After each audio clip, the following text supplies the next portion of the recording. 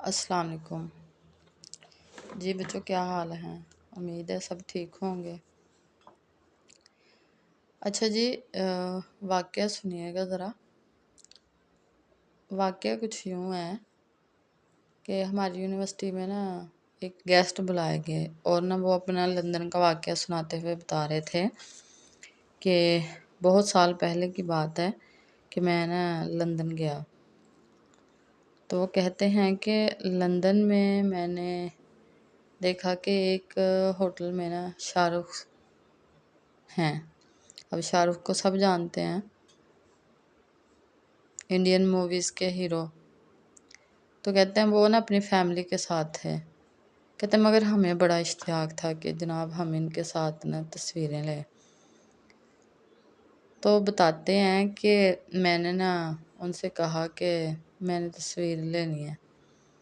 تو کہتے ہیں اس میں نا ویسے ایک بات تھی، جہاں پہ ہم لوگ کھانا کھانے گئے تھے نا، ادھر تصاویر نہیں لینے دیا جاتا تھا، یعنی آپ سیلفی نہیں لے سکتے تھے ادھر، کسی بھی قسم کی کوئی تصویر نہیں اتار سکتے۔ تو کہتے ہیں بہرحال میں نے ان کے سامنے اپنی گزارش کی، تو انہوں نے کہا ٹھیک ہے آپ لیں ضرور، فی الوقت آپ کھانا کھا لیں۔ تو کہتے ہیں کہ جب ہم کھانے سے فارغ ہوئے نا، تو ہم نے کہا اتنا بڑا سٹار ہے، کہاں ہمیں گھاس ڈالے گا۔ تو کہتے ہیں مگر جب ہم نے دیکھا نا کہ ہمیں جس بندے نے مخاطب کیا شولڈر پہ ہاتھ رکھ کے، تو وہ کوئی اور نہیں تھے، وہ شاہ رخ تھے۔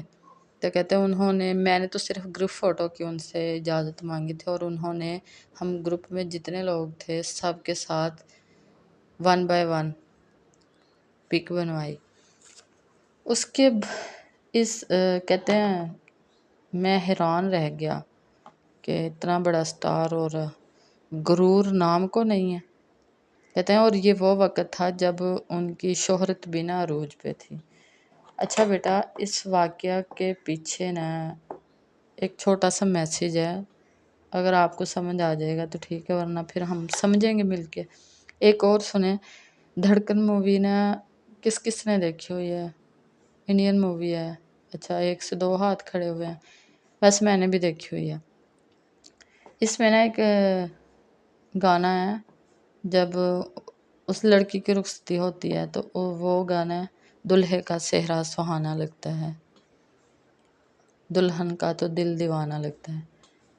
اس کے پیچھے پتہ ہے کیا سٹوری ہے؟ وہاں پہ نا جب آپ یہ مووی دیکھتے ہیں تو ایڈنگ یا جسے ہم کہتے ہیں کلائمیکس کس چیز کے چل رہے ہوں وہ ہیں، کبھی قادر خان صاحب ہیں، اور کبھی نا درمیان میں کہیں کہیں جھلک نا نصرت فتح علی کی بھی ملتی ہے۔ یہ بھلا کیوں ہے؟ یہ نصرت فتح علی گئے نا ہندوستان، تو ایسا تھا یہ دھڑکن مووی کی نا جسے کہتے ہیں شوٹنگ چل رہی تھی، تو اس کے جو پروڈیوسر تھے نا، انہوں نے نا نصرت صاحب سے ریکویسٹ کی کہ آپ یہ گانا نا ذرا گا دیں، ویسے بھی آپ کی پرسنالٹی پہ سوٹ ہوتا ہے۔ انہوں نے حامی بھر لی، کہا ٹھیک ہے۔ اب ہم جب فلم دیکھتے ہیں تو اس میں نصرت صاحب نہیں بلکہ نا جو اس کو پرفارم کر رہے ہیں وہ کون دکھائے گئے ہیں؟ قادر خان صاحب۔ اس کے پیچھے بیٹا یہ ہسٹری ہے کہ نصرت فتح علی جب بھی مطلب یہاں پہ پہنچتے نا گانے کے بول کے دوران، پورا وہ مطلب انہوں نے جیسے کہتے ہیں، انہوں نے کہا کہ میں نا اس طرح کے سٹیج کے بغیر نہیں گا سکتا جس طرح ہمیں مووی میں قادر خان صاحب نظر آ رہے ہیں، تو ان کے لیے سب کچھ سجایا گیا۔ تو ویسے نا انہوں نے کہا کہ جو اس کے پروڈیوسر ہیں کہ بھئی آپ بعد میں کر لیجئے گا، چکر کہنے لگے کہ ہوگا تو آج ہی ہوگا، اس کے بعد ورنہ نہیں ہوگا۔ پھر وہ جب اس مصرے پہ پہنچتے نا، بابل تیری باہوں کے جھولے میں پلی میں، تو نصرت فتح علی خان کی آنکھوں سے نا اس طرح آنسو جاری ہو جاتے، بارہا مطلب 1 بار 2 بار بارہا اسے کیا گیا، لیکن یہیں پہ جا کے نا ان کی حالت ایسی ہو جاتی۔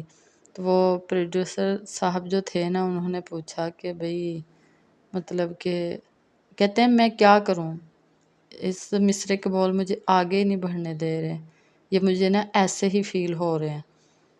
تو بیٹا اس واقعہ سے اور پچھلے واقعہ سے نا، پچھلا جو ہمارے پاس تھا شاہ رخ صاحب کا، اس میں یہ تھا مسلمان کہیں بھی رہے وہ مسلمان کا بھائی ہی ہے، اور غرور، چاہے آپ شہرت کی کتنی بھی بلندیوں پر پہنچ جائیں، غرور نہیں کرنا چاہیے۔ اگر آپ کسی سے اخلاص سے ملیں گے نا تو وہ یقیناً آپ کو یاد رکھے گا۔ اب دیکھیں نا شاہ رخ اس طرح نہ ملتے تو کہاں انہوں نے ذکر کرنا تھا، وہ جو ہماری یونیورسٹی میں آئے تھے، اور کہاں یہ ایڈنگ ہونی تھی ان کی، یا تو نصرت فتح علی رہتے یا پھر قادر صاحب ہی رہتے، لیکن یہ ملتی ہے دونوں کی اس گانے کے دوران۔ یہ پھر قادر خان صاحب کو کیوں مطلب کر دیا گیا، انہوں نے نا وہ جو فلم کے پروڈیوسر تھے انہوں نے کہا کہ بھی آج آپ کی حالت زار، وہ خود بھی سمجھ گئے ان کے خلوص کی وجہ سے کہ واقعی جب انسان فیل کرتا ہے تو پھر یہی حالت ہوتی ہے۔ انہوں نے کہا بعد میں کر لیں گے، بعد میں خیر نصرت فتح علی کی وفات ہو گئی تو اس کے بعد اس لیے قادر خان صاحب کو مطلب کہ کیا گیا ہے۔ بیٹا یہ دونوں چیزیں نا ہمیں نا ایک چیز کی طرف بڑھنے پہ مجبور کر رہی ہیں، اور وہ ہے اخلاص۔ اخلاص ہے، ویسے ہم اسے اخلاص بول جائیں تو ہماری اپنی پروناؤنسیشن ہے، خیر پروناؤنسیشن درست یہی ہے، اخلاص۔ اسی طرح نا ہمارے فرسٹ ایئر کے لیسن میں نا ایک سبق موجود ہے جسے کہا گیا ہے اخلاص، اور یہ نظم ہے ایک، مگر لکھی یہ ہے پشتو کے ایک شاعر ہیں رحمان بابا، انہوں نے، جب کہ اس کو ترجمہ کیا ہے وہ ہمارے مطلب کہ پروفیسر محمد طه خاں ہیں۔ ٹھیک ہے بیٹا، تو اب ہم اس کی طرف باقاعدہ بڑھتے ہیں۔ اگر ہم نظم کی بات کریں تو نظم کا پہلا شعر ہمارے پاس ہے، ہم دوش ثریا ہے مقام اخلاص، جو ملتا ہے غلام اخلاص۔ اس میں سمجھنے والے دو ہی لفظ ہیں، ایک ہے ہمدوش اور دوسرا ہے ثریا۔ ثریا کہتے ہیں بلندی کو، جیسا کہ کلاس میں بھی آپ لوگ ڈسکس کر چکے تھے یا بتا چکے تھے، اور ہمدوش کہتے ہیں جو ہمسرا ہوتا ہے، یعنی کہ آپ کے برابر۔ ٹھیک ہے، تو اب جب ہم نے اسے کرنے کی طرف بڑھنا ہے، پریزنٹیشن میں آپ کے ساتھ پہلے شیئر کر چکی ہوں کھڑا ڈنر میں کیا کرنا ہے۔ اس وقت ونس اگین میں اس کی تشریح آپ لوگوں کو کروا رہی ہوں، تو اس لیے میں دوبارہ سے وہی طریقہ کار اپناؤں گی۔ البتہ انک اس میں نے ایک استعمال کری پوائنٹر کی، تو آپ نے یہ نہیں سمجھ لینا ٹیچر نے ایک کی ہے تو ہم بھی ایک ہی کریں گے، ایسا نہیں ہے بچوں۔ آپ لوگوں نے نا مطلب جہاں پہ مارکر استعمال کرنی ہے، جن کو گرفت ہے تو وہ تو کریں، وہ مارکر کت والا استعمال، جن کو نہیں ہے وہ سمپل مارکر استعمال کریں، اور اس کے ساتھ پوائنٹر کا استعمال کریں، اور پین یا آپ پینسل کا کرنا چاہتے ہیں۔ ٹھیک ہو گیا، سب سے پہلے ہم نے سوال کی نمبرنگ دے لی، اس کے بعد ہمارے پاس حوالہ شعر ہے۔ فار ایگزامپل نا ہمیں آ گیا ہم دوش، یہی مطلب پہلا شعر ہم دوش ثریا ہے، تو یہ ہم نے نا یہاں پہ رابطہ کی علامت نہیں لگانی، تفصیلیہ کی لگانی ہے۔ یہ پھر ہم نے لکھا ہم دوش،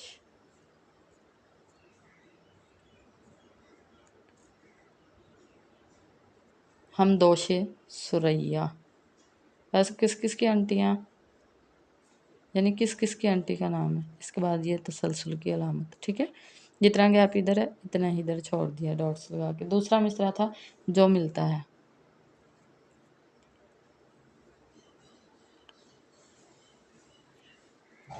جو ملتا ہے،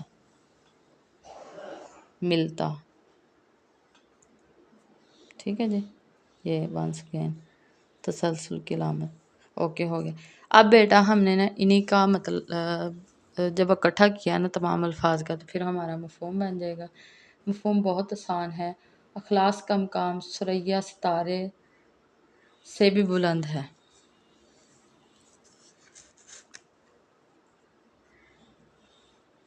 اخلاص کا مقام ثریا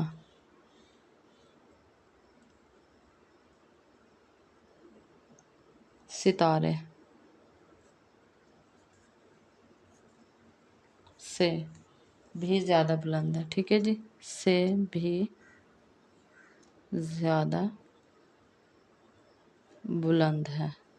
یہ پہلے مصرے کا ہے.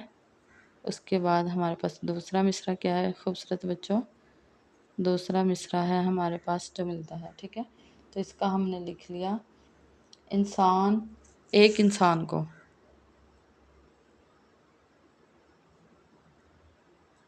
انسان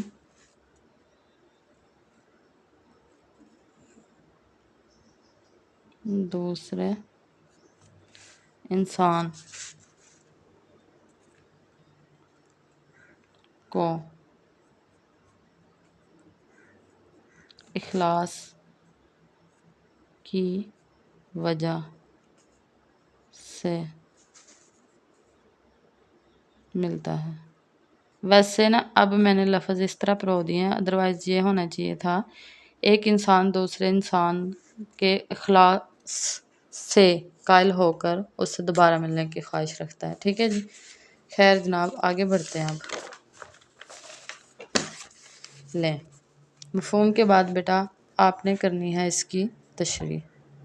یہ آپ نے تشریح کی ہیڈنگ دے دی.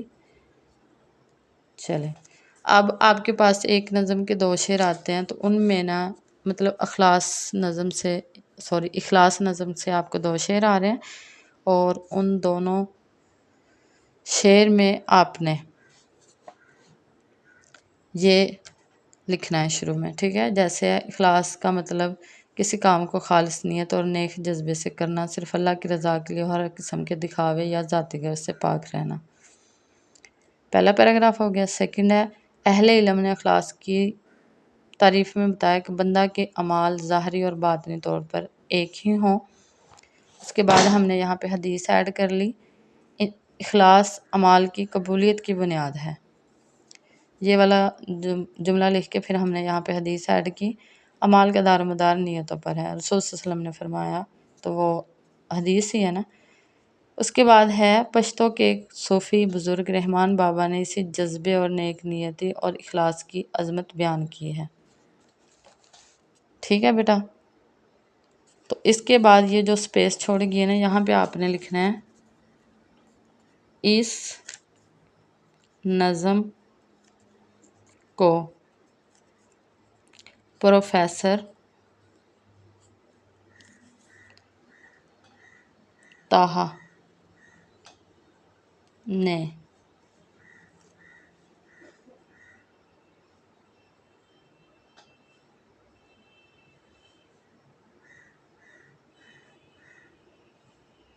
منظوم کیا.